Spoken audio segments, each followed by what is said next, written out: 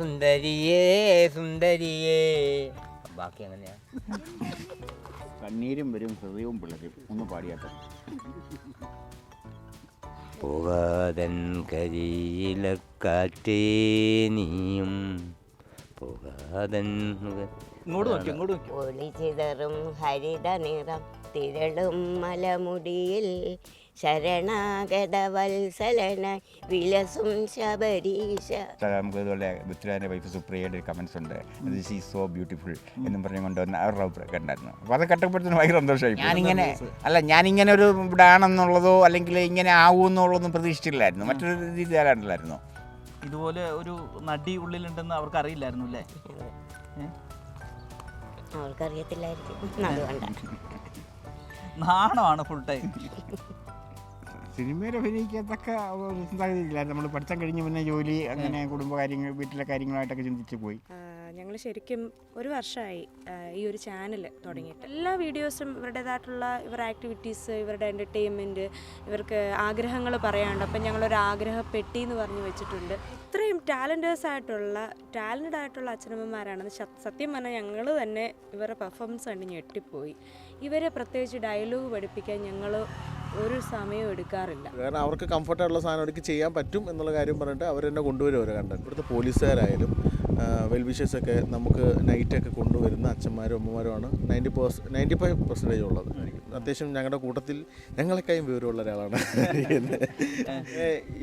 ഞങ്ങളുടെ കൂടെ കൂടുമ്പോഴാണ് പക്ഷേ ഈ തമാശയും കാര്യങ്ങളൊക്കെ ഉള്ളൂ. അല്ലാത്ത ഭയങ്കര സീരിയസ് ആയിട്ടൊരു മനുഷ്യനാണ്. ഇപ്പോൾ തെരുവിൽ കിടക്കുന്നത് എന്ന് വെച്ചാൽ മോഷനൊക്കെ പാസ് ചെയ്ത് കിടന്ന് കാലും കൈയൊക്കെ മുറിഞ്ഞ് പുഴുവെടുത്ത് അങ്ങനെയൊക്കെ നമുക്ക് ഇടാൻ പറ്റാത്തതുകൊണ്ടാണ്, അല്ലെങ്കിൽ നമ്മളത് ഇട്ടേനെ. മക്കൾ ഇവിടെ കൊണ്ടുവിട്ടവരല്ല, മക്കൾ തെരുവിൽ ഉപേക്ഷിക്കപ്പെട്ടവരാണ്. അച്ഛനെ രാത്രി 1 മണിക്ക് ഞങ്ങൾ പുഴു അരിച്ച് ഒരു പഴയ വീട്ടിൽ കുറേ ദിവസങ്ങളായിട്ട് ഒരു പത്രക്കെട്ടുകൾക്കിടയിൽ പുഴു അരിച്ച് കിടന്ന അവസ്ഥയിലാണ് ഞങ്ങൾ എടുത്തുകൊണ്ട് പോകുന്നത്. ഞാൻ എൻ്റെ ജീവിതത്തിൽ ആദ്യമായിട്ടാണ് ഇങ്ങനെ ജീവനുള്ള പുഴുവിനെ മനുഷ്യ ശരീരത്തിൽ കാണുന്നത്. സുന്ദരിയേ സുന്ദരിയേ. പാടിക്കോ. പാട്ട് മൊത്തം പഠിപ്പിക്കാൻ പറഞ്ഞു. 101 രൂപ ദക്ഷിണ കൊടുക്കാമെന്ന് വരെ പറഞ്ഞു. ഇന്ന് ഒരു ഉദ്ദേശവും ഇല്ലാതിരിക്കുക പിള്ളേർ. ഇന്ദുജ അല്ല, പാട്ട് പഠിപ്പിക്കാമെന്ന് പറഞ്ഞു. 101 രൂപയും ദക്ഷിണ കൊടുക്കാം. 1001 രൂപ ഞാൻ തരുമായിരുന്നു പറഞ്ഞു. ഒരു 101 രൂപ 1 രൂപ കൈ പിടിപ്പിച്ചാൽ 100 രൂപ. അപ്പം എൻ്റെ പാട്ട് പാടണമെന്ന് എനിക്ക് ആഗ്രഹമുണ്ട്. ഒരു സ്ഥലം അല്ല, ഇപ്പൊ അറിയാവുന്നൊരു പാട്ടങ്ങ് പഠിക്കാം. സുന്ദരിക്ക് വേണ്ടി ആ പാട്ടങ്ങ് പഠിക്കാം. ഇപ്പം സുന്ദരി വെക്കാൻ അറിയത്തില്ല. സുന്ദരിയെ അറിയത്തുള്ളൂ. സുന്ദരിയേ സുന്ദരിയേ. ബാക്കി എങ്ങനെയാ? ഇത്രയേ ഉള്ളൂ. തമിഴിൻ സുന്ദരിയേ. മഞ്ചൽ മണം അതല്ലേ തെറ്റിപ്പോവും. അതൊക്കെ പഠിച്ചാൽ നിങ്ങൾ വന്നോ, ഞാൻ പാടി കേൾപ്പിക്കാം. ഒന്നാന്തരം പാട്ട്. അറിയാവുന്ന പാട്ട് ഏതോള്ളേ? ഏതാ? നല്ലൊരു പാട്ടാണ്. കണ്ണീരും വരും ഹൃദയവും പിളരും. ഒന്ന് പാടിയാട്ടെ. ഒരു വീണം പിടിച്ചു വരുമ്പോഴാണ് കണ്ണീരും വരും ഹൃദയവും തരും. പോകാതൻ കരിയിലക്കാറ്റേ നീയും പോകാതൻ. പോകാതൻ കരിയിലക്കാറ്റേ നീയും പോകാതൻ. ആണോ? വരി പറഞ്ഞു കൊടുത്തല്ലോ. വരി പറഞ്ഞു. അല്ല, അടുത്ത പ്രാവശ്യം വരും പാടും. 101 രൂപ തന്നെ 101 കൊടുത്തേക്കുക. അമ്മച്ചി പാട്ട് പാടുവോ? ഇല്ല, എനിക്ക് പാട്ട് അറിയത്തില്ല, അതുകൊണ്ടാണ്. ഒളിചിതറും ഹരിത നിറം തിരളും മലമുടിയിൽ ഒളിചിതറും ഹരിത നിറം തിരളും മലമുടിയിൽ ശരണാഗത വത്സലനായി വിലസും ശബരീശ. തവ കരുണാമധുവീതിക അടിയങ്ങളിൽ നിത്യം പ്രഭ ചിന്നാനരുളണമേ ഹരിഹരപുത്ര. മലനാടിൻ കരളുകളിൽ കാർത്തിക മാസം തിരുവൈക്കും ഭക്തി വിചാരങ്ങളുമായി രുദ്രാക്ഷമുദ്രാതര ഭക്തന്മാർ ഞങ്ങൾ എത്തുന്നിൻ സേവടികൾ ആരാധന ചെയ്യുവാൻ. കാട്ടാനകൾ കടുവകൾ കരടികളൊക്കെ കൂട്ടത്തോടലറുന്ന കാടുകളെല്ലാം മലനാട് നഗരത്തിൻ വീതികളായി മാറ്റി ഞങ്ങൾ നടവാതിലെത്തും കൈ കൂപ്പി സ്തുതിക്കാൻ. അടിയങ്ങളിൽ അനുനിമിഷം ശുദ്ധ വിചാരം കതിരിടുവാൻ കനിയണമേ കനക സ്വരൂപ. സൂപ്പർ, അടിപൊളിയായിട്ട് പാടിയുണ്ടല്ലോ. ഇതാണോ 4 വരി എന്ന് പറഞ്ഞിട്ട്? മെമ്മറി കാർഡ് ഉണ്ടായിരുന്നില്ലയോ? അതെ, മറന്നു കൈ പോകുന്ന നീട്ടിട്ട് ആ കൈക്കൊരു കൈ കൊടുത്ത് കൈ ഇങ്ങോട്ട് നീട്ടി കൈ കൊടുത്തു. മോനൊരു കൈ താങ്ക് യു. ഇത് നന്നായിട്ട് പാടിയുണ്ട്. സുമിതി അടിപൊളിയായിട്ട് പാടുണ്ടല്ലോ. 4 വരി എന്ന് പറഞ്ഞിട്ട് ഒരു പാട്ട് ഫുള്ള് പാടി. ചിലപ്പോൾ മറന്നു പോകും, അതുകൊണ്ടാണ് പറഞ്ഞ 4 വരി പാടാൻ. പേടിയായിരുന്നു, എനിക്ക് പേടിയായിരുന്നു. ഒട്ടും മറന്നില്ല. ഇനി എത്രയോ വരികൾ ഉണ്ടെന്നാ തോന്നുന്നു വീണ്ടും. ഇല്ല അത്രേ ഉള്ളൂ. ഇപ്പോൾ നിങ്ങളുടെ കണ്ടന്റുകളെല്ലാം കണ്ടിട്ട് ഇപ്പോൾ ഒരു കണ്ടന്റ് കഴിഞ്ഞിട്ട് നമ്മുടെ സുരഭി പറഞ്ഞിട്ടുണ്ടായിരുന്നു, പിന്നെ അതുപോലെ തന്നെ ക്ലാസ്മേറ്റ്സിലെ കണ്ടന്റ് കണ്ടിട്ട് അഭിനന്ദിച്ചു എന്ന് പറഞ്ഞല്ലോ. അതെങ്ങനെയായിരുന്നു? അത് നിങ്ങളെ ആ ഒരു ഇതെടുത്തതെന്ന് പറഞ്ഞാൽ നമ്മുടെ ഇവിടെ അടുത്തൊരു വഴി ഒരു പുരാതനമായിരുന്നൊരു സ്കൂളുണ്ട്. നമ്മുടെ കൂടെ നിൽക്കുന്ന നമ്മുടെ ബിന്ദുജ മോള് അവിടെ പഠിച്ച സ്കൂളും കൂടെ. അപ്പോൾ അങ്ങനെ ആ ഒരു റിലേഷൻ വെച്ച് അവിടെ ലാബിൽ വെച്ചാണ് അത് ചെയ്യുന്നത്. അപ്പം സ്കൂളിൽ നിന്ന് അധ്യാപകരുടെയൊക്കെ നല്ല സപ്പോർട്ടിങ്, അത് അധ്യാപകരുടെയും അല്ലാതെ നമുക്ക് വേണ്ടി ആ ലാബ് തുറന്നു തരികയും നമ്മുടെ സ്വാതന്ത്ര്യത്തിനനുസരിച്ച് പ്രവർത്തിക്കാൻ ഞങ്ങൾ ഷിയാസ് ഉണ്ടായിരുന്നു, ബിനു ഉണ്ടായിരുന്നു, ഞങ്ങൾ ഇത്രയും പേരും കൊണ്ട് പിന്നെ നമ്മുടെ അഡ്വൈസറായിട്ടുള്ള ഒരു കുട്ടി ഉണ്ടായിരുന്നു. അപ്പോൾ അത് ചെയ്ത് അതിൽ പറഞ്ഞോണം പിന്നെ ഞങ്ങൾ വലിയ ഇതൊക്കെ ചെയ്യുമ്പോഴും ചെറിയ ഇതായിട്ട് ബുദ്ധിമുട്ടായിട്ട് തോന്നിയെങ്കിൽ ചെറിയ കാര്യം ചെയ്തപ്പോഴത്തേനും ഞങ്ങൾക്ക് ഒത്തിരി ബുദ്ധിമുട്ട് പോലല്ല, എന്തോ കൊണ്ട് സാറ്റിസ്ഫാക്ഷൻ വരാത്ത രീതിയിലായിരുന്നു ചെറിയതായിട്ട് തോന്നി, ചെറുതായിട്ട് ചെയ്തെങ്കിൽ പോലും. പക്ഷേ അത് വളരെ വിജയിച്ചു. അതും പറഞ്ഞില്ലേ, അത് വിജയിച്ചതിന് ശേഷം പൃഥ്വിരാജിൻ്റെ വൈഫ് സുപ്രിയ. അപ്പം ഒരു ദിവസം രാവിലെ ഞങ്ങൾ കർണാടകത്തിൽ ഇരിക്കുമ്പോൾ ഷിയാസാണെന്ന് പറഞ്ഞ് നമുക്ക് ഇതുപോലെ പൃഥ്വിരാജിൻ്റെ വൈഫ് സുപ്രിയയുടെ ഒരു കമൻസ് ഉണ്ട്, ദിസ് ഈസ് സോ ബ്യൂട്ടിഫുൾ എന്നും പറഞ്ഞുകൊണ്ട് വന്ന് അവരുടെ അഭിപ്രായം ഉണ്ടായിരുന്നു. അപ്പോൾ അത് കണ്ടപ്പോഴത്തേനും ഭയങ്കര സന്തോഷമായി പോയി. കാരണം അവരൊക്കെ ഇത് കണ്ടിട്ട് അഭിപ്രായം അറിയിക്കുക എന്ന് പറയുമ്പോഴത്തേനെ നമുക്കത് വളരെ ഒരു എനർജി അല്ലെങ്കിൽ ഒരു സന്തോഷത്തിൻ്റെ നല്ല അഭിപ്രായം കിട്ടിയത്. വേറെ ആരൊക്കെ ഇങ്ങനെ അഭിനന്ദിച്ചിട്ടുണ്ട് നിങ്ങളുടെ കണ്ടന്റുകൾ കണ്ടിട്ട്? പിന്നെ പ്രധാനമായിട്ട് നമുക്ക് ഒന്നാമത്തെ കാര്യം ഞങ്ങൾക്ക് ഇത്രയും കമൻറ്റ്സ് നോക്കാനുള്ള ടൈം കിട്ടുന്നില്ല. പിന്നെ പ്രധാനപ്പെട്ട കമൻറ്റ്സിലൊക്കെ അവരും ഒന്ന് പറയും. ഇതുപോലെ ഒരുപാട് പേരുടെ. പിന്നെ അതുപോലെ തന്നെ നമ്മുടെ സ്കൂൾ എൻ്റെ കൂടെ തന്നെ പഠിച്ച 10-12 വർഷത്തിന് കാലം പിന്നിട്ടിട്ട് അപ്പോൾ അവരൊക്കെ തിരിച്ചോർത്തപ്പോൾ ഞങ്ങളുടെ മാനേജർ തന്നെ മടക്കം എന്ന് പറഞ്ഞാൽ അതുപോലെ ഇങ്ങനെ ഒരു കമൻറ്റ് ഉണ്ടായിരുന്നു, അല്ലെങ്കിൽ ഇന്നാറൊരു കമൻറ്റ് ഉണ്ടായിരുന്നു. അതൊക്കെ എന്ന് പറഞ്ഞാൽ 10 വർഷങ്ങൾ 12 വർഷം 15 വർഷത്തിന് ഉള്ള കഴിഞ്ഞ ഓർമ്മകളാണ്. അവരൊക്കെ നമ്മളെ വീണ്ടും സ്മരിക്കുന്നു എന്ന് പറയുമ്പോൾ ഇതിനെ സന്തോഷമുണ്ട്, വളരെ പറഞ്ഞറിയിക്കാൻ പറ്റൂല്ലത്. ഇതിനെല്ലാം കാരണം ഇവരും നമ്മുടെ ഈ കരുണാലയമാണ്. വന്ന് കണ്ടു. സഹോദരിയോട് ആദ്യമായിട്ട് വരുമ്പോൾ തന്നെ നമ്മൾ മീഡിയ സ്റ്റാർട്ട് ചെയ്ത സമയമായിരുന്നു. അങ്ങനെ ഇത് സബ്സ്ക്രൈബ് ചെയ്തു. പിന്നെ അതിനുശേഷം അപ്പോൾ അവൾക്ക് ഒരുപാട് കാര്യം ശരിക്കും ഇത് രവിയണ്ണൻ തന്നെയാണോ ചേച്ചി, രവിയണ്ണൻ തന്നെയാണോ എന്നും പറഞ്ഞുകൊണ്ട് അവൾക്ക് കൺവേ ചെയ്യാനുള്ള സമയമുള്ളത് പറഞ്ഞു. അങ്ങനെ ഒരുപാട് പേര് അവിടെ വിളിക്കുന്നുണ്ട്. ഇത് കണ്ടു ഇതായിട്ടുണ്ട്. ഒരുപാട് നമ്മുടെ നാട്ടിൽ തന്നെ പലർക്കും അത് ചെയ്യാം. ഇപ്പോൾ പലരും ഇങ്ങോട്ട് കാണാൻ ശ്രമിക്കുന്നുണ്ട് എന്ന് അറിയിച്ച് അങ്ങനെ ഒരു സന്തോഷമാണ്. അവർക്കറിയില്ല അല്ലേ ഇതുപോലൊരു നടൻ ഉള്ളിൽ ഞാനിങ്ങനെ ഒരു ഇവിടെ ആണെന്നുള്ളതോ അല്ലെങ്കിൽ ഇങ്ങനെ ആവുമെന്നുള്ളതൊന്നും പ്രതീക്ഷിച്ചില്ലായിരുന്നു. മറ്റൊരു രീതിയിലായിട്ടില്ലായിരുന്നു. അപ്പം വളരെ പെട്ടെന്ന് ഇങ്ങനെ ഇത് കണ്ടു കഴിഞ്ഞപ്പോഴത്തേനും എല്ലാവർക്കും ഒരു സർപ്രൈസ്. അമ്മച്ചിയുടെ ഈ കണ്ടന്റ് കണ്ടിട്ട് എല്ലാവരും ഹാപ്പിയാണോ? എല്ലാവരും നല്ലതെന്ന് പറയണേ. ഇതുപോലെ ഒരു നടി ഉള്ളിലുണ്ടെന്ന് അവർക്ക് അറിയില്ലായിരുന്നു അല്ലേ? അവർക്കറിയത്തില്ലായിരിക്കും, അതുകൊണ്ടാണ്. നാണമാണ് ഫുൾ ടൈം. അച്ഛൻ്റെ കണ്ടന്റുകളൊക്കെ കണ്ടിട്ട് എന്താ പറഞ്ഞവര്? കുഴപ്പമൊന്നുമില്ല, മറ്റു കുഴപ്പങ്ങളൊന്നുമില്ല. പിന്നെ അഭിനയം എന്ന് പറയുന്നത് അങ്ങ് അഭിനയിക്കുക എന്നുള്ളതേ ഉള്ളൂ, അല്ല പ്രത്യേകിച്ച് എഴുതി പഠിക്കേണ്ടത്. ഒരു ഡയറക്ടർ കയ്യിലുണ്ടെങ്കിൽ നമ്മളങ്ങ് അഭിനയിക്കുക എന്നുള്ളതേ ഉള്ളൂ, അല്ല അതിന് പ്രത്യേക കഴിവൊന്നും വേണ്ട. പിന്നെ വെച്ചാൽ നാണമൊക്കെ കൊണ്ട് അഭിനയം നടക്കുമല്ല. ആണോ ഇല്ലല്ലോ ആ അച്ഛൻ ഷൂട്ടിങ്ങിന് ഇറങ്ങുമ്പോൾ നാണോ ഒന്നും നോക്കാൻ പാടില്ല. ഇല്ല അത് അഭിനയിക്കുക എന്നുള്ളതേ ഉള്ളൂ. ഇപ്പം വെറുമുട ഇടാൻ പറഞ്ഞാൽ വെറുമുട ഇട്ടേ വെക്കുള്ളൂ, അഭിനയിച്ചേ വെക്കുള്ളൂ ഇല്ലേ? അപ്പോഴും അവൻ അഭിനയക്കാരനാവും, അങ്ങ് പോകും. ഞാൻ കലാഭവൻ മണിയുടെ ഒരു ഷൂട്ടിംഗ് ഉണ്ട്. അന്ന് പുള്ളി ഇവരുടെ ഈ സാധനങ്ങളൊക്കെ ചുമന്നുകൊണ്ട് അങ്ങോട്ടും ഇങ്ങോട്ടും വിടുന്ന ദിലീപ് അതിൻ്റെ നായകൻ. അന്ന് ശങ്കർ എന്ന് പറയുന്ന ഒരാളതിൻ്റെ. പുള്ളി ഇപ്പം ഇല്ല, പുള്ളിക്ക് എന്തോ മരിച്ചെന്നാണ്. പുള്ളി അത് ഡയറക്ഷൻ. അപ്പം ഈ മൺറാട് കാവുംപടിക്കലാണ് നടക്കുന്നത്.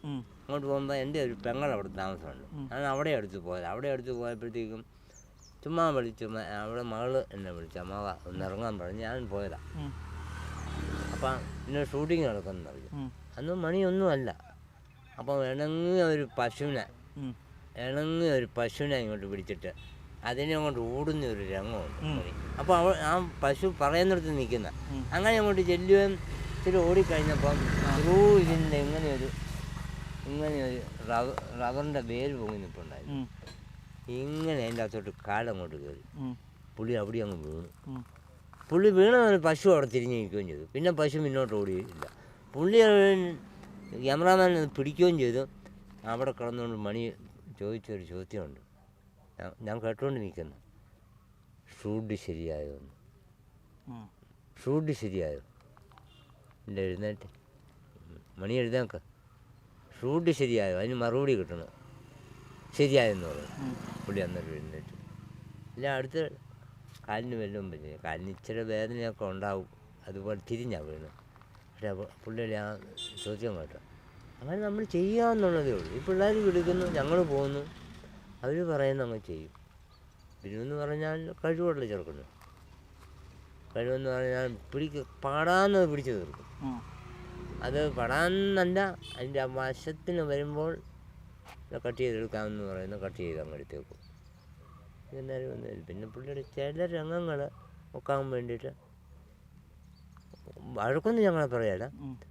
അത് ഇച്ചിരി ഒന്ന് അത് എത്ര പ്രാവശ്യം മണി ഇത് ഒക്കുന്നിടം വരെ പിടിച്ചോണം എന്നുള്ള ധാരണയിലേ ഞങ്ങൾ നിൽക്കുള്ളൂ.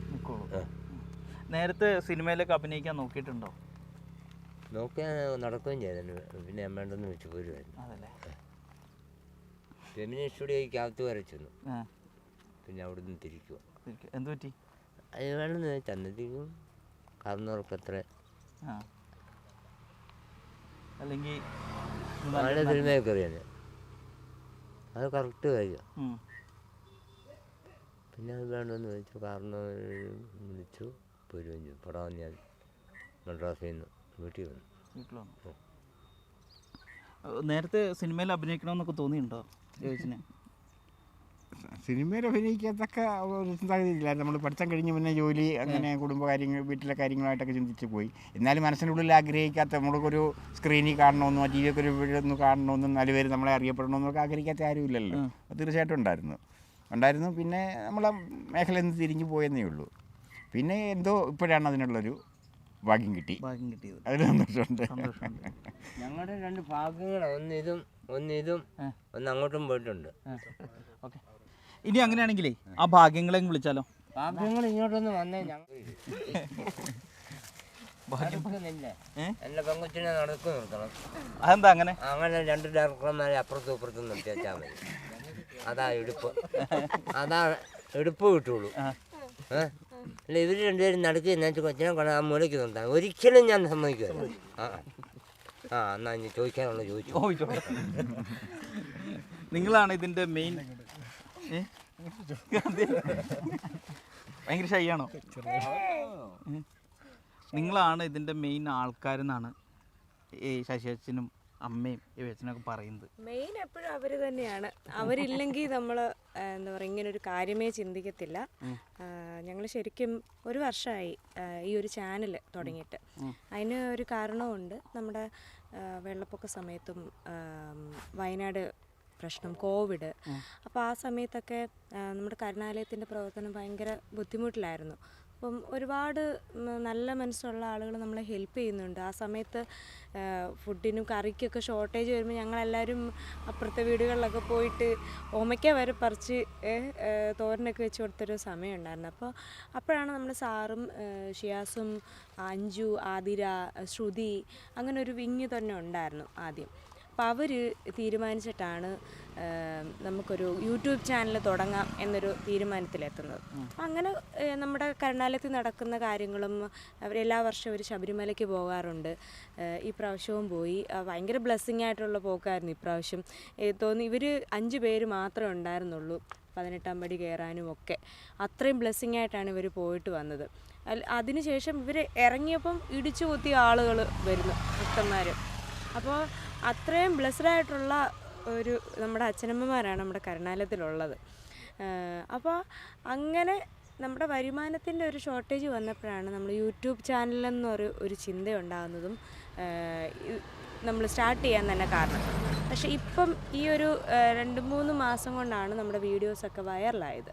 അപ്പോൾ എല്ലാ വീഡിയോസും ഇവരുടേതായിട്ടുള്ള ആക്ടിവിറ്റീസ്, ഇവരുടെ എൻ്റർടൈൻമെൻറ്റ്, ഇവർക്ക് ആഗ്രഹങ്ങൾ പറയാനുണ്ട്. അപ്പം ഞങ്ങളൊരു ആഗ്രഹപ്പെട്ടി എന്ന് പറഞ്ഞ് വെച്ചിട്ടുണ്ട്. എന്തെങ്കിലും ആഗ്രഹം ഉണ്ടെങ്കിൽ ഇവർ എഴുതി അവിടെ കൊണ്ടിടണം. അപ്പോൾ അമ്പലത്തിൽ പോകാനായിരിക്കും സാധനങ്ങൾ, മാല, വള, ഷർട്ട്, അങ്ങനെയൊക്കെ അവർ ആഗ്രഹങ്ങളൊക്കെ കുഞ്ഞു കുഞ്ഞു ആഗ്രഹങ്ങളിടും. അപ്പം നമ്മളത് സാധിച്ചു കൊടുക്കും. അപ്പോൾ ഇത്രയും ടാലൻറ്റഡ് ആയിട്ടുള്ള അച്ഛനമ്മമാരാണെന്ന് സത്യം പറഞ്ഞാൽ ഞങ്ങൾ തന്നെ ഇവരുടെ പെർഫോമൻസ് കണ്ട് ഞെട്ടിപ്പോയി. അപ്പോൾ നമ്മുടെ വൈറലായ വീഡിയോ ഞങ്ങൾ എടുക്കാൻ പോയ സമയത്ത് വേറൊരു വീഡിയോ മറ്റേ ചക്കരേ ആ പാട്ട് ഹിറ്റായിരുന്നല്ലോ, അതെടുക്കാൻ പോയതാണ്. അപ്പോൾ ഞങ്ങൾ 3 പേരെയും കൊണ്ടാണ് പോയത്. സമയമുണ്ടെങ്കിൽ ഒരു വീഡിയോ കൂടെ എടുക്കാം. അപ്പോൾ അങ്ങനെയാണ് 3 പേരുള്ള സ്ഥിതിക്ക് ഹരികൃഷ്ണൻസ് എടുക്കാമെന്ന് ഞങ്ങൾ പെട്ടെന്ന് തീരുമാനിച്ചാണ്. അതിനിപ്പോൾ ചോദിച്ചല്ലോ എത്ര ഒരു കണ്ടൻറ് ഷൂട്ട് ചെയ്യാൻ എത്ര സമയം എടുക്കും. ഇവരെ പ്രത്യേകിച്ച് ഡയലോഗ് പഠിപ്പിക്കാൻ ഞങ്ങൾ ഒരു സമയം എടുക്കാറില്ല. ഞങ്ങൾ ഡയലോഗ് അങ്ങോട്ട് പറയുന്നു, അടുത്ത സെക്കൻഡ് ഞങ്ങൾക്ക് അത് തിരിച്ചു തരുന്നു. അങ്ങനെയാണ് എല്ലാ വീഡിയോസിലും നമ്മുടെ ഇപ്പോൾ അച്ഛൻ തന്നെ പറഞ്ഞു, ഹരികൃഷ്ണൻസിൻ്റെ നമ്മുടെ ഹരിമുരളീരവം എടുക്കാൻ പോയ സമയത്ത് കാറിൽ 15 മിനിറ്റ് എടുത്തുള്ളൂ നമ്മൾ ആ ഷൂട്ടിംഗ് ലൊക്കേഷനിൽ ചെല്ലാൻ. ലൊക്കേഷൻ നമ്മുടെ പുല്ലാടുള്ള അജയൻ വെല്ലുവിഴുത്തിൽ എന്ന് പറഞ്ഞ സാറിൻ്റെ വീട്ടിലായിരുന്നു. അപ്പോൾ അദ്ദേഹം സിനിമയ്ക്ക് പോലും ആ വീട് കൊടുത്തിട്ടില്ല. നമ്മുടെ ഹരിമുരളീരവ് എങ്ങനെയാണോ ഷൂട്ട് ചെയ്യുന്നത് അതേ സമാനതകളുള്ള ഒരു വീടായിരുന്നു. നല്ല കൊട്ടാരം പോലത്തെ ഒരു വീട്. അത് നമ്മുടെ അച്ഛനമ്മമാരുടെ വീഡിയോ കണ്ടിട്ട് അവർ നമുക്കായിട്ട് തരുമായിരുന്നു. അങ്ങനെ ഇവിടുന്ന് കാറിൽ അങ്ങേ ഇന്നിപ്പോൾ 15 മിനിറ്റ് കൊണ്ട് അച്ഛൻ ആ ഡയലോഗ് ബൈഹാർട്ടാക്കി. അത്രയും ലെങ്തി, അതായത് ഗുരുവിൻ്റെ അതല്ലേ ആ ഹിന്ദി ഡയലോഗ് പറയുന്നതൊക്കെ, ആ ലെങ്തി ഡയലോഗ് അച്ഛൻ ബൈഹാർട്ടാക്കി. ഞങ്ങളുടെ ഷൂട്ടിന് ഒട്ടും സമയം എടുത്തില്ല. ഞങ്ങൾ പറഞ്ഞ അതേ ടൈം ഡ്യൂറേഷൻ മാത്രമേ നമ്മൾ എടുത്തുള്ളൂ. പെട്ടെന്ന് ഷൂട്ട് ചെയ്തു. അവർ ഹാപ്പിയായി, ഞങ്ങളെ അത്രയും ഹാപ്പി ആയിട്ടാണ് സാർ അവിടെ നിന്ന് വിടുന്നത്. പിന്നെ ഞാൻ പറഞ്ഞില്ല, ആ ഹരികൃഷ്ണൻസ് ഞങ്ങൾ വെറുതെ എടുത്ത വീഡിയോ ആണ്. പക്ഷേ അത് കയറി അങ്ങ് ക്ലിക്കായി, ലോകം മുഴുവനും കണ്ടു. ഇപ്പം എല്ലാ ചാനൽസും വന്ന് ഇൻ്റർവ്യൂസ് എടുത്തു. ഞങ്ങളുടെ അച്ഛനമ്മമാരിപ്പോൾ പുറത്തിറങ്ങുമ്പോൾ എല്ലാവരും സെൽഫിയും ഒക്കെ എടുക്കുക, സെലിബ്രിറ്റീസായി. അപ്പോൾ എന്താ പറയുക, നമ്മൾ ചെറിയൊരു പാർട്ടാണ് ഇതിൻ്റെ. നമ്മൾ അവരെ പഠിപ്പിച്ചൊന്നും കൊടുക്കുന്നതെന്ന് പറയാൻ പറ്റത്തില്ല. നമ്മൾ പറഞ്ഞു കൊടുക്കുമ്പോൾ തന്നെ അവർ നമ്മളെക്കാട്ടിലും ഐഡിയാസിലാണ് തിരിച്ചിങ്ങോട്ടാണ് കണ്ടൻറ്റുകൾ തന്നുകൊണ്ടിരിക്കുന്നത്. അപ്പോൾ ഷിയാസാണ് ആദ്യം അച്ഛനമ്മമാരെ വീഡിയോസൊക്കെ എടുത്തുകൊണ്ടിരുന്നത്. ഇപ്പം രണ്ടാമത്തെ ഡയറക്ടർ വിനീഷാണ്. വിനീഷിൻ്റെ കയ്യിലോട്ട് കൊടുക്കും. വിനീഷേ, എങ്ങനെയാണ് ഇവരെ കൊണ്ടൊരു കണ്ടന്റ് അല്ലെങ്കിൽ ഓരോരോ വ്യത്യസ്തമായിട്ടുള്ള കണ്ടന്റുകളാണല്ലോ ചെയ്യുന്നത്. അപ്പോൾ ഇവരെ വെച്ചിട്ട് എങ്ങനെയാണ് ഓരോ കണ്ടന്റ് പ്ലാൻ ചെയ്യുന്നത്? സത്യം പറഞ്ഞാൽ നമ്മൾ കണ്ടന്റ് പ്ലാൻ ചെയ്യാൻ വേണ്ടി ഞങ്ങൾ ഇരിക്കുന്നില്ല. ഒരു വീഡിയോ കഴിയുമ്പോൾ ഇവർ തന്നെ വരും, മക്കളെ നമുക്ക് ഇന്ന സാധനം ചെയ്യാം. ഫോണൊന്ന് മാറ്റി ഇതിന് ഇത് പറ്റും. കണ്ടന്റ് പ്ലാൻ ചെയ്യാൻ അങ്ങനെ ഒരു സംഭവം ഇല്ല. ഇപ്പോൾ ഒരു വീഡിയോ ഞങ്ങളിപ്പം അവിടെ TV സംഭവം, ഒരു TV നമ്മൾ അവിടെ ഒരു മെയിൻ ഹോളുണ്ട്, അവിടെ വെച്ചിട്ടുണ്ട്. അപ്പോൾ അതിനകത്ത് ചെറിയ റീൽസൊക്കെ ഇവർ കാണും, അല്ലെങ്കിൽ ചില സിനിമയുടെ സീക്വൻസ് കാണും. എന്നിട്ട് പറഞ്ഞാൽ മക്കളെ നമുക്ക് ഇന്ന സാധനം ചെയ്യാം, ഇന്നത് വന്ന് ചെയ്യാം, അത് അവൻ ചെയ്യട്ടെ, അത് സുന്ദരി ചെയ്യട്ടെ, അത് മറ്റേ ഞാൻ ചെയ്യാം എന്ന് പറഞ്ഞ് വരും. ഇപ്പോൾ അവസാനം വന്ന് പറഞ്ഞേക്കുന്നത് കന്നാസും കടലാസും കാബുളിവാലയിലെ സീൻ ചെയ്യണമെന്ന്, അത് ശശി അച്ഛനാണ് കൊണ്ടുവന്നത്. അപ്പം അത് ചെയ്യണം എന്നുള്ള പ്ലാൻ ഇരിപ്പുണ്ട്. ഒരിക്കലും ഞങ്ങൾ അതിന് വേണ്ടിയിട്ടുള്ളൊരു എഫേർട്ട് എടുക്കുന്നുണ്ടോ എന്ന് വെച്ചാൽ എടുക്കുന്നുണ്ട്. കണ്ടൻറ്റ് കൂടുതലും ഇവർ കൊണ്ടുവരും. കാരണം അവർക്ക് കംഫർട്ടായിട്ടുള്ള സാധനം അവർക്ക് ചെയ്യാൻ പറ്റും എന്നുള്ള കാര്യം പറഞ്ഞിട്ട് അവർ തന്നെ കൊണ്ടുവരും ഓരോ കണ്ടൻറ്റ്. പിന്നെ നമ്മൾ അറിയാമല്ലോ, നമ്മൾ ഓരോന്ന് ഇവർക്ക് പറ്റുന്നതാണോ എന്ന് നോക്കണം. അവർ ഡയലോഗ് പറയുന്നുണ്ട്, ചില ഡയലോഗ് പറയുമ്പം നമ്മൾ അങ്ങോട്ട് ഇട്ട് കൊടുക്കുന്നു ഡയലോഗ്, നമ്മൾ ചെറിയ കറപ്ഷൻ അതിൻ്റെ ഒരു മോഡുലേഷൻ മാത്രം നമ്മൾ പറഞ്ഞു കൊടുക്കും, അതവർ അടുത്ത ഷോട്ടിൽ അത് ഓക്കെ ആക്കും. അങ്ങനെയാണ് അവരിപ്പോൾ ചെയ്തുകൊണ്ടിരിക്കുന്നത്. പിന്നെ ഇതിനകത്ത് അത്യാവശ്യം സാറാണ്, നമ്മുടെ അസീസ് സാറാണ് ചെയർമാൻ, അമ്മ റംല അമ്മയെന്നാണ് ഞങ്ങൾ വിളിക്കുന്നത്. അവരെല്ലാം കൂടെ ഉള്ള ഒരു വലിയൊരു വിങ്ങിൻ്റെ പുറകിലുണ്ട് കോർഡിനേഷൻ. കോർഡിനേഷൻ. അങ്ങനെയാണ് നമ്മൾ ഈ പ്രോഗ്രാം ചെയ്തുകൊണ്ടിരിക്കുന്നത്. ഓക്കെ. അപ്പോൾ എങ്ങനെയാണ് കണ്ടന്റുകൾ ഓരോ ആഴ്ചയിലാണോ എങ്ങനെയാണ് കണ്ടന്റുകൾ വിടുന്നത്? ഞങ്ങൾ ആർട്ടിസ്റ്റുകളാണ്. ഞാൻ വർക്ക് ചെയ്യുന്നത് എറണാകുളത്താണ്. അതിന് പാർട്ട് ടൈമായിട്ടാണ് നമ്മൾ ഇങ്ങോട്ട് വരുന്നത്. പാർട്ട് ടൈം എന്ന് പറയാൻ പറ്റില്ല, ഇവിടെ തന്നെ സാർ നമുക്ക് വേണ്ടിയിട്ട് സ്ഥലങ്ങളും എല്ലാം തന്നിട്ടുണ്ട്. അങ്ങനെ ഇരിക്കുന്ന കൂട്ടത്തിൽ സാറ് പറയും, സോറി ഒരു മിനിറ്റ്, ഒരു കാര്യം മാറിപ്പോയി, കുഴപ്പമില്ല, ഓക്കെ. പാർട്ട് ടൈമായിട്ടാണ് വരുന്നത്. വന്നിട്ട് ഞങ്ങൾ ഇവിടെ നിന്നിട്ട് ഉള്ള സമയത്ത് അവിടെ എറണാകുളത്ത് എനിക്കൊരു ആഴ്ച 3 ദിവസമൊക്കെ ആയിരിക്കും ഷൂട്ട് വരിക. അത് കഴിഞ്ഞിട്ട് ഇവിടെ ചേച്ചി ആർട്ടിസ്റ്റാണ്, സിംഗറാണ്, സ്റ്റേജ് പെർഫോമറാണ്. കുക്കു നമ്മുടെ ആംബുലൻസും കാര്യങ്ങളൊക്കെ അവന് ഡ്യൂട്ടിയുണ്ട്. അപ്പം ഞങ്ങളെല്ലാം കൂടെ ഇരിക്കുന്നത് മാസത്തിൽ എങ്ങനെയൊക്കെ പോയാലും ഒരു 4-5 വീഡിയോ നമ്മൾ ഒരു മാസം ചെയ്യാൻ ശ്രമിക്കാറുണ്ട്. മാക്സിമം അത്രയെങ്കിലും ചെയ്തില്ലെങ്കിൽ ചിലപ്പോൾ നമ്മൾ കയറ്റി വെച്ച സാധനം കാണാനില്ലെങ്കിൽ ചിലപ്പോൾ കണ്ടുകൊണ്ടിരിക്കുന്നവർക്കും അത് ഓരോരുത്തർ കമൻറ്റിനകത്ത് വരുന്നുണ്ട്, എന്താ ലേറ്റാവുന്നത്, അടുത്ത വീഡിയോ വരുന്നില്ലയോ എന്നൊക്കെയുള്ള ഇത് കമൻറ്റ്സും വരാറുണ്ട്. അത്ര ഒരു ആ ഡ്യൂറേഷൻ എടുക്കാറുള്ളൂ, ആ സമയത്ത് തീർക്കും. പിന്നെ ഇവരത് ചെയ്യും. അങ്ങനെ ഇവരെ 3 പേരെയും കൂടെ ഒരു സെലക്ട് ചെയ്ത് എങ്ങനെയായിരുന്നു വീഡിയോസ് ചെയ്യാൻ? അത് വലിയൊരു സംഭവം. എങ്ങനെയായിരുന്നു? അതെന്താണെന്നറിയോ, നമ്മുടെ കർണാടകത്തിൽ കൂടുതലും ഒരു 95% കൊണ്ടുവരുന്ന വീട്ടുകാരായിട്ട് കൊണ്ടുതരുന്ന അച്ഛന്മാരും അമ്മമാരും അല്ല. അവർ കൂടുതൽ തെരുവിൽ നിന്ന് ഇവിടുത്തെ പോലീസുകാരായാലും വെൽവിഷേഴ്സൊക്കെ നമുക്ക് നൈറ്റൊക്കെ കൊണ്ടുവരുന്ന അച്ഛന്മാരും അമ്മമാരുമാണ് 95% ഉള്ളത്. അപ്പം അത്രയും ഉള്ള ആൾക്കാരെ നമുക്കൊന്ന് റിക്കവർ ചെയ്തെടുക്കാൻ വേണ്ടിയിട്ടൂടാണ് ഇങ്ങനൊരു സംഭവം നമ്മൾ ചെയ്യുന്നത്. അപ്പോൾ ഓരോരുത്തരെ വിളിച്ചിട്ട് അവർക്ക് താല്പര്യം ഉണ്ടോയെന്ന് വെച്ചാൽ ഇല്ലെന്ന് പറയുന്ന ആൾക്കാരുണ്ട്. എനിക്ക് വയ്യ മോനെ, അല്ലെങ്കിൽ എനിക്ക് വയ്യ മക്കളെ, പറ്റത്തില്ല, എന്നെ ഫ്രീ ആയിട്ട് വിടും. അപ്പം അങ്ങനെയുള്ളവരെ നമ്മൾ ഡിസ്റ്റർബ് ചെയ്യുന്നില്ല. അപ്പം 1-2 സാധനങ്ങൾ നമ്മൾ ചെയ്തു വെച്ചിട്ട് ഒരു ചെറിയ ഡയലോഗുകൾ ഇവർക്ക് പറഞ്ഞു കൊടുക്കുന്നു. ആദ്യമേ ഞങ്ങൾ ചെയ്തുകൊണ്ടിരുന്നത് ഇത്ര മിനിറ്റ് ചെറിയ സാധനങ്ങളാണ്. പിന്നെയാണ് ഇവർക്ക് വലിയ സാധനങ്ങളോട് പൊയ്ക്കൊണ്ടിരുന്നത്. അപ്പോൾ അതിനകത്ത് സെലക്ട് ആയിട്ടുള്ളതെന്ന് പറഞ്ഞാൽ രവീന്ദ്രച്ചൻ അത്യാവശ്യം നന്നായിട്ട് പറയും, സംസാരിക്കും. അതിൻ്റെ ഡീറ്റെയിലായിട്ട് ഓരോ കാര്യങ്ങൾ ഞങ്ങളെക്കായി നന്നായിട്ട് നല്ലൊരു പ്രാസംഗികം കൂടിയാണ്, നന്നായിട്ട് സംസാരിക്കും. അത്യാവശ്യം ഞങ്ങളുടെ കൂട്ടത്തിൽ ഞങ്ങളെക്കായും വിവരമുള്ള ഒരാളാണ്.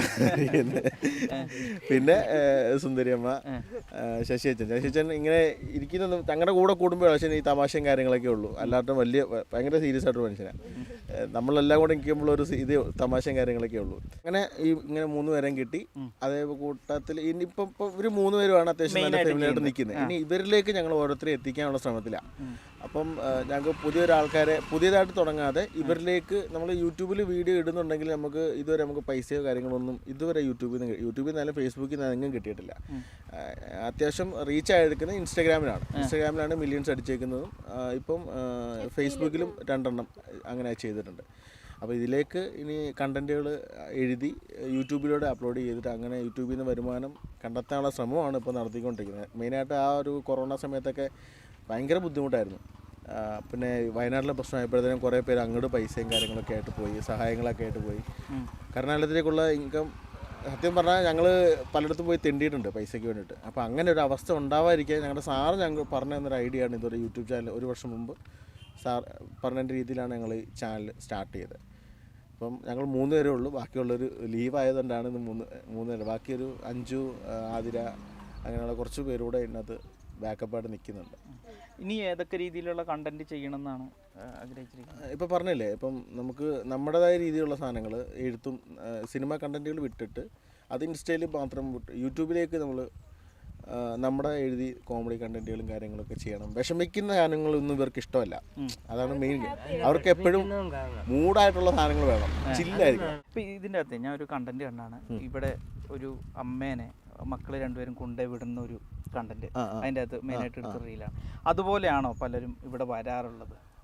അങ്ങനെ വന്ന ആൾക്കാരും ഉണ്ട് കേട്ടോ. അങ്ങനെ വന്ന ആൾക്കാരുണ്ട്. ഞാൻ പറഞ്ഞില്ലേ 95% അല്ലാണ്ട് പോയി ഇപ്പോൾ തെരുവിൽ കിടക്കുന്നത് എന്ന് വെച്ചാൽ മോഷനൊക്കെ പാസ് ചെയ്ത് കിടന്ന് കാലും കൈയൊക്കെ മുറിഞ്ഞ് പുഴുവെടുത്ത് അങ്ങനെയൊക്കെ നമുക്ക് ഇടാൻ പറ്റാത്തതുകൊണ്ടാണ്, അല്ലെങ്കിൽ നമ്മളത് ഇട്ടേനെ. മക്കൾ ഇവിടെ കൊണ്ടുവിട്ടവരല്ല, മക്കൾ തെരുവിൽ ഉപേക്ഷിക്കപ്പെട്ടവരാണ്. അത് നമ്മൾ സർക്കാർ മുഖേന, പോലീസ് മുഖേന, പഞ്ചായത്ത് മുഖേനയാണ് നമ്മൾ എടുക്കാറുള്ളത്. മക്കളുള്ള അച്ഛനമ്മ നമ്മൾ പ്രത്യേകം പറയും. അതിന് അവർക്കൊക്കെ പ്രത്യേകമായിട്ടുണ്ടല്ലോ, പേ ഒക്കെ ചെയ്ത സ്ഥലങ്ങളുണ്ട്. പക്ഷേ ഇവിടെ നമുക്ക് പൂർണ്ണമായിട്ടും തെരുവിൽ ഉപേക്ഷിക്കപ്പെട്ട അച്ഛനമ്മമാർ തന്നെയാണ്. അവർക്ക് ഒരു നിവൃത്തിയില്ല, അവർക്കൊരു വീടില്ല എന്നുള്ള പ്രായം നമുക്ക് 50 വയസ്സിന് മുകളിലോട്ടുള്ള അച്ഛനമ്മമാരെയാണ് നമ്മൾ ഏറ്റെടുക്കാറുള്ളത് ഇവിടെ. പുഴു അരിച്ചവരെയൊക്കെ എനിക്ക് തന്നെ അനുഭവമുണ്ട്. ഒരു നമ്മുടെ സ്റ്റാർട്ടിങ്ങിൽ പറഞ്ഞില്ല 4 അച്ഛനമ്മമാരെ ഉണ്ടായിരുന്നുള്ളൂ. ഒരു പിള്ളേച്ചൻ എന്ന് പറഞ്ഞൊരു അച്ഛൻ ആറന്മുള തന്നെ ഉള്ളതാണ്. ഞാൻ ആറന്മുളക്കാരിയാണ്. അച്ഛനെ രാത്രി 1 മണിക്ക് ഞങ്ങൾ പുഴു അരിച്ച് ഒരു പഴയ വീട്ടിൽ കുറേ ദിവസങ്ങളായിട്ട് ഒരു പത്രക്കെട്ടുകൾക്കിടയിൽ പുഴു അരിച്ച് കിടന്ന അവസ്ഥയിലാണ് ഞങ്ങൾ എടുത്തുകൊണ്ട് പോകുന്നത്. ഞാനിങ്ങനെ എടുത്ത് എൻ്റെ കൈ കൂടാണ് പുഴു. ഞാൻ എൻ്റെ ജീവിതത്തിൽ ആദ്യമായിട്ടാണ് ഇങ്ങനെ ജീവനുള്ള പുഴുവിനെ മനുഷ്യ ശരീരത്തിൽ കാണുന്നത്. നമ്മൾ സിനിമയിലും അങ്ങനെയൊക്കെ കണ്ടിട്ടുണ്ട്. അങ്ങനെ കുറേ ഒരു തമ്പിയച്ഛനെയൊക്കെ നിങ്ങളാണ് എടുത്തത്. നമുക്ക് വാരിയെടുക്കാവുന്ന രീതിയിലുള്ള പുഴു അങ്ങനെയാണ് എടുത്തത്. അപ്പോൾ അവരൊക്കെ പൂർണ്ണമായിട്ടും ഇനി അവർക്കൊരു അഭയകേന്ദ്രമില്ല. അപ്പം അങ്ങനെയുള്ള അച്ഛനമ്മമാരെ നമുക്ക് കിട്ടുമ്പോൾ അവരെ ഞങ്ങൾ കൊണ്ടുവന്ന് ഇവിടെ അങ്ങനെ ആ പുഴു അരിച്ച അച്ഛൻ ഇന്ന് ഞങ്ങളുടെ കരുണാലയത്തിൽ കാര്യസ്ഥനാണ്. അച്ഛനാണ് എല്ലാ കാര്യങ്ങളും നോക്കുന്നത്. എല്ലാ കാര്യങ്ങളും ഞങ്ങൾ ഒരു ID കാർഡ് വരെ കൊടുത്തിട്ട് നമ്മുടെ അച്ഛനാണെങ്കിൽ ഫ്രണ്ട് ഓഫീസിൽ നമ്മുടെ കണക്കും കാര്യങ്ങളൊക്കെ നോക്കാൻ വേണ്ടിയിട്ട് അച്ഛനിരിക്കുന്നത്. അപ്പോൾ അങ്ങനെ തന്നെ പൊസിഷൻ കൊടുത്താണ് ഇട്ടേക്കുന്നത്. അപ്പോൾ ഞങ്ങൾക്കറിയാം മാനസിക നില അവരോട്. ഇപ്പം ഇവരുടെ പ്രശ്നം എന്ന് പറഞ്ഞാൽ ഇപ്പോൾ പുറത്ത് ആരും ഇല്ലാത്ത അച്ഛനമ്മമാർക്ക് സമയം, മക്കൾക്കോ അല്ലെങ്കിൽ ബന്ധുമിത്രാദികൾക്ക് അവർക്ക് കുറച്ച് സമയം കൊടുക്കാൻ വേണ്ടിയിട്ടില്ല, സ്പെൻഡ് ചെയ്യാനില്ല അവർക്ക് വേണ്ടിയിട്ട്. അപ്പോൾ നമ്മളത് ആവശ്യത്തിന് കൊടുക്കുന്നുണ്ട്. നമ്മുടെ ഫുൾ ടൈമും അവർക്ക് വേണ്ടിയിട്ട്, അവർക്ക് എന്ത് വർത്തമാനം പറയണോ, അവരുടെ കാര്യങ്ങൾ, അവർക്ക് എന്തെങ്കിലും പുതുതായിട്ട് പറയുകയാണെങ്കിലൊക്കെ നമ്മൾ അവർക്ക് വേണ്ടിയിട്ട് ടൈം കൊടുക്കുവാണ്. ടൈം സ്പെൻഡ് ചെയ്താൽ മാനസിക പ്രശ്നമാണെങ്കിൽ എന്താണെങ്കിലും അത് മാറും. അത് വലിയൊരു മെഡിസിനാണ്. അവരെ കേൾക്കുക എന്നുള്ളതാണ് ഏറ്റവും വലിയ സംഭവം. അവർ പറയുന്ന കാര്യം അവരെ കൊണ്ട് കളഞ്ഞെന്ന് ആര് പറഞ്ഞു? നേര് ഞാനും എൻ്റെ ഭർത്താവും കൂടെ തന്നെ വന്നതാണ് ഇവിടെ. തന്നെയല്ല, അയലോക്കത്തുനിന്ന് ഒരു പുള്ളിക്കാരത്തിയോട് ഞാൻ പറഞ്ഞ് അവൾ കൊണ്ടുവിട്ടതാണ് ഇവിടെ. വേറെ ആരുമില്ല ഞങ്ങൾക്ക്. അതുകൊണ്ട് ഇപ്പോൾ ഉണ്ട് ആള്, ഇല്ലെന്ന് അറിയില്ല. പിന്നെ അന്നേരം പുള്ളിക്ക് വയ്യാഴിയായിട്ടിരിക്കുമായിരുന്നു. ഒരു ആശുപത്രി കൊണ്ടായിരുന്നു, ആരുമില്ലല്ലോ. അയലോക്കത്തു നിന്നൊക്കെ ആൾക്കാർ വന്ന് കൊണ്ടുപോകും, ഞാനും കൂടെ പോവും. അങ്ങനെയായിരുന്നു. അങ്ങനെ ആയപ്പോൾ ഞാൻ പറഞ്ഞു ഞങ്ങൾക്ക് ഒത്തിരി വയസ്സാകുമ്പോൾ ആരും കാണുകയില്ല, ഞങ്ങളിത് വിറ്റേച്ച് ആ പൈസ അവിടെ കൊണ്ടിടും, ഇട്ടിട്ട് ഞങ്ങൾ അങ്ങോട്ട് പോവാമെന്ന് പലരോടും പറഞ്ഞു. പിന്നെ അനിയത്തിയുടെ വീട്ടിലോട്ടാണ് പോയത്. അവിടെ പോയിട്ട് എനിക്കത് പറ്റിയില്ല അവിടെ നിൽക്കാൻ. അതുകൊണ്ട് പെട്ടെന്ന് തന്നെ ഇവരെ വിളിച്ച് ഞാൻ പറഞ്ഞു, എടി ഞാൻ ഇന്നതുപോലെ വരുക, നീ എവിടെയെങ്കിലും ഒന്ന് നോക്കാൻ പറഞ്ഞു. പത്തനാപുരത്ത് നോക്കിയതാണ്. അന്നേരം റൂം കിട്ടുന്നില്ല ഞങ്ങൾക്ക് 2 പേർക്ക്. അതിന് ഇവിടെ കൊണ്ടുവന്ന് പിന്നെ അവിടുന്ന് മെമ്പറും വന്നിട്ടുണ്ടായിരുന്നു. എന്നാൽ ഇവിടെ കൊണ്ടുവിട്ടത്. മക്കളില്ല അപ്പം അച്ഛനമ്മ മാത്രമേ ഉള്ളൂ. 2 പേരും കൂടെ ഇവിടെ മരിച്ചുപോയി. ഒരു പിള്ളേരില്ല. അങ്ങനെ അച്ഛനും മരിച്ചുപോയി. ഇനിയിപ്പോൾ ഞാൻ ഒറ്റയായി.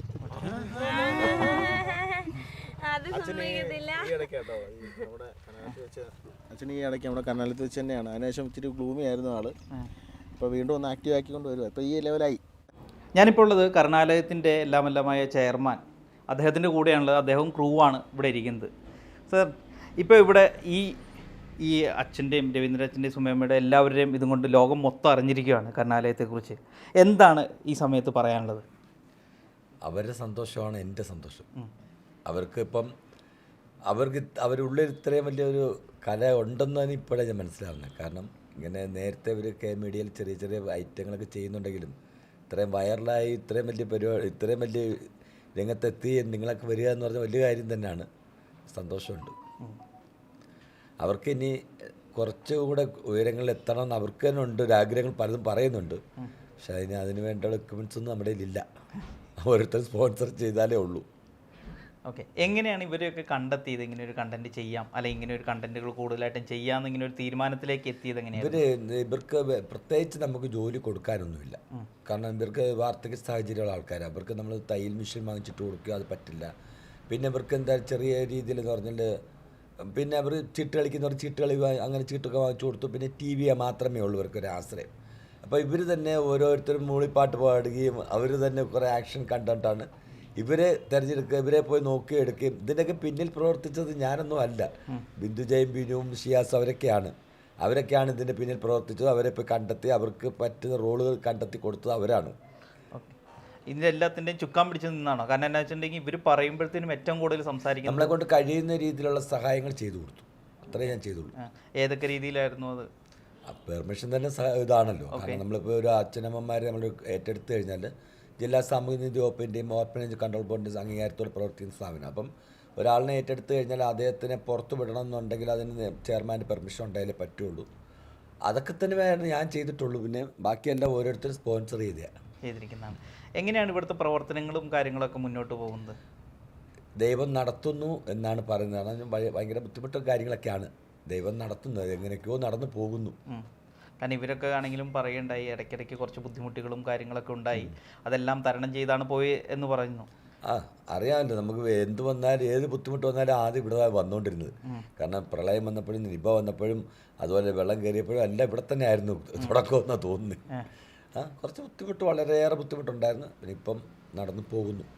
നമുക്ക് ആംബുലൻസ് സർവീസും അതുപോലെ തന്നെ പാലിറ്റി കെയർ ഒക്കെ ഉള്ളത് കൊണ്ടാണ് വീടുകളിൽ പോയി നോക്കുന്നുണ്ട്. അപ്പം അങ്ങനെയെല്ലാം മുന്നോട്ട് പോകുന്നു. അതെ. ഇവിടുത്തെ കാര്യങ്ങൾ ഓഫീസുപരമായിട്ടുള്ള കാര്യങ്ങളും മറ്റും നോക്കുന്നുണ്ടല്ലോ? എല്ലാ കാര്യങ്ങളും നമ്മൾ തന്നെ നോക്കുന്നുണ്ട്. ഓക്കെ. പിന്നെ ഇപ്പോൾ ഇച്ചിരി ഭയങ്കര ബുദ്ധിമുട്ടും പ്രയാസങ്ങളും ഒക്കെയാണ് നമുക്കുള്ളത്. അച്ഛനമ്മമാർക്ക് ഫുഡ് കൊടുക്കാനാണെങ്കിലും കുറേ ബുദ്ധിമുട്ടുകളൊക്കെ ഉണ്ട്. പിന്നെ കലാപരിപാടികളിൽ ഇവർ 3 പേരും രംഗത്തിറങ്ങിയിട്ടുണ്ട്. എല്ലാവരും നല്ല രീതിയിൽ തന്നെ ചെയ്യുന്നുണ്ട്. സപ്പോർട്ടായിട്ട് ഷിയാസ്, ബിനു, ബിന്ദുജ എല്ലാവരും ചേർന്ന് ചെയ്യുന്നുണ്ട്. നമ്മൾ നല്ല സപ്പോർട്ട് കൊടുക്കുന്നുണ്ട്. അപ്പോൾ സപ്പോർട്ട് കൊടുത്ത് എല്ലാവരും നല്ല രീതിയിൽ മുന്നോട്ട് പോകട്ടെ. അപ്പോൾ എല്ലാവർക്കും എല്ലാവിധ ആശംസകളും.